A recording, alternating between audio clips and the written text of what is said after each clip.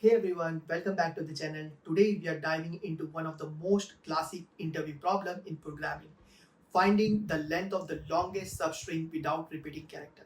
This problem is an excellent test of your algorithmic thinking and your ability to manage data structures efficiently. Stick around as we break down the problem and solve it using C#. We'll go through the code line by line. Alright, here's the problem. We are given a string S and we need to find the length of the longest substring that contains no repeating character. A substring is a contiguous sequence of character in the string. For example, if the input is S equal to this, the longest substring without repeating character is ABC and its length is 3. Simple enough, right? On the other hand, if the input is S equal to 5 times B, the longest substring without repeating character is B. It's just B with a length of 1. When I first encountered this problem, my instinct was to brute force it by checking all possible substring, but that quickly became impractical as the string got longer. Then I came across the sliding window technique and it completely changed the way I approached problem solving involving substrings. This technique is a lifesaver for optimizing solutions like this one. So here's the plan. We are going to use the sliding window technique combined with a hash set to track the characters in our current substring. We'll use two pointers, one to expand the window, right pointer, and the other one to shrink it, the left pointer. Whenever we encounter a duplicate character, this way we can efficiently find the longest substring without repeating characters in just O(n) time. Let's jump into the code and walk through each line together. Now let's break it down step by step. We start by defining a method called length of longest substring, which takes a string as input and returns an integer. The integer is the length of the longest substring without repeating characters.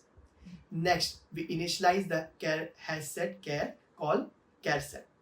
This will keep track of the characters currently in our substring. Since hash set doesn't allow duplicates, it's perfect for this problem. We also set up two pointers, left which marks the start of our sliding window and max length which will store the maximum length of a substring without repeating characters that we have found so far. Now we start a for loop where right is the pointer that moves across the string, expanding our sliding window one character at a time. If the character S right is already in the hash set, it means we have encountered a duplicate.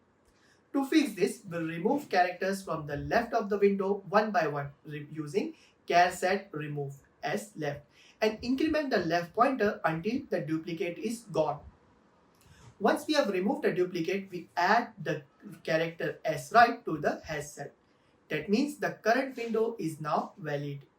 Next, we calculate current length of the window, which is right minus left plus 1 and update max length if this is the largest substring we have found so far.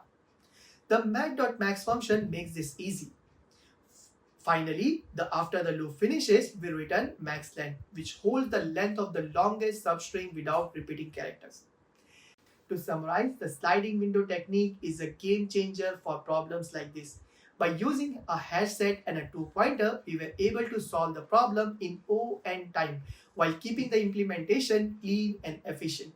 Personally, I have used the sliding window technique in so many problems since learning it. It's incredibly versatile for dealing with substrings, arrays, or sequences in general. The key takeaway here is that you don't need to balance efficiency and clarity. A sliding window often gets the job done. Alright, that's it for today's video. If you have enjoyed this tutorial, please give it a thumbs up, subscribe and hit the notification bell so you don't miss more coding content like this. And as always, let me know in the comment if there is a problem that you'd like me to cover next. Thank you for watching and happy coding.